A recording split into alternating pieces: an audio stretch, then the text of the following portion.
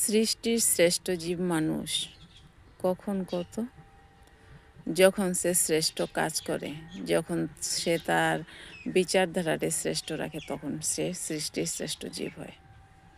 ভগবান তো সৃষ্টির শ্রেষ্ঠ জীব হিসেবেই মানুষকে বানাইছে, কিন্তু সে শ্রেষ্ঠ জীব হয়ে যদি নিম্ন থেকে নিম্নতম কাজ করে,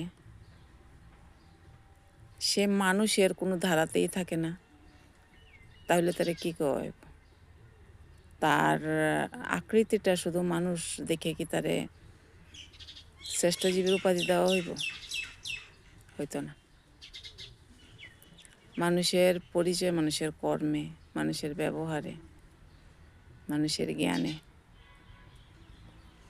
মানুষের পরিচয় কিন্তু তার চেহারায় না, তার বংশে না। এইসবে মানুষের পরিচয় না। আমি আজকে অনেক দিন পরে, প্রায় 1 মাসই, 1 মাস পরে আমি ক্যামেরার সামনে আইছি।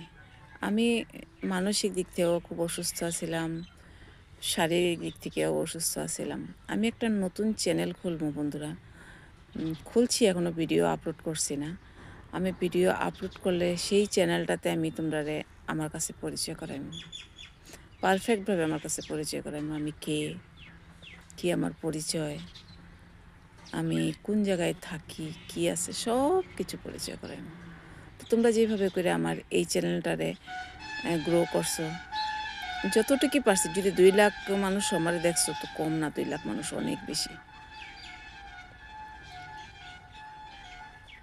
তো তোমরা আমার ওই চ্যানেলটারে তাড়াতাড়ি গ্রো করে দিও বন্ধুরা।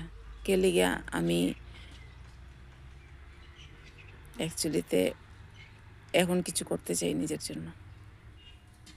আমার মনে হয়েছিল না এতদিন যে আমার নিজের জন্য কিছু করা উচিত, কিন্তু এখন মনে হয় আমার নিজের জন্য কিছু করা উচিত, আমার বাচ্চাদের জন্য কিছু করা উচিত। তো সবাই ভালো থাকো, সবাই সুস্থ থাকো, সবাই সৃষ্টির শ্রেষ্ঠ জীব হিসাবে অরিজিনালিটিটা দেখাও।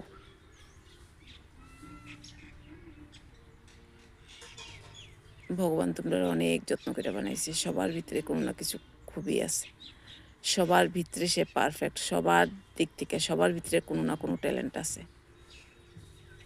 নিজের ব্যবহারে যদি কখনো কখনো ভুল করে থাকো, সেই ভুলগুলোরে শুধরাও। অন্তত পক্ষে তোমার পরিবারের মানুষ যেমন তোমারে কইতে পারে যে তুমি আসলেই খুব ভালো মানুষ।